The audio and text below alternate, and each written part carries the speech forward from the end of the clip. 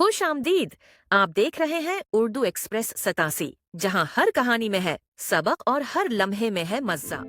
बूढ़ा आदमी और उसका वफादार कुत्ता। एक सरसब्ज गांव में एक बूढ़ा आदमी रहता था। इसके पास एक छोटा सा मकान और एक वफादार कुत्ता था जिसका नाम शेरू था।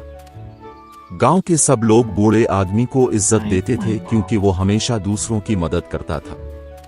हर सुबह बूढ़ा आदमी और शेरू खेतों के बीच पगडंडी पर टहलने निकलते। परिंदे चहचहाते, हवा में खुशबू बिखरी होती और हरियाली दिल को सुकून देती। एक दिन गांव के कुछ बच्चे खेल रहे थे। अचानक एक बच्चा दरिया के करीब जाकर फिसल गया। सब बच्चे घबरा गए, मगर शेरू ने फौरन ढूंढकर बूढ़े आदमी को खबर दी। बूढ़ा आदमी दौड़कर आया और अपने कुत्ते की मदद से बच्चे को दरिया से निकाल लिया। गांव वाले बहुत खुश हुए और सबने बूढ़े आदमी और शेरू की तारीफ की। कहानी का सबक, मॉरल ऑफ द स्टोरी: जानवर भी अल्लाह की नेमत है।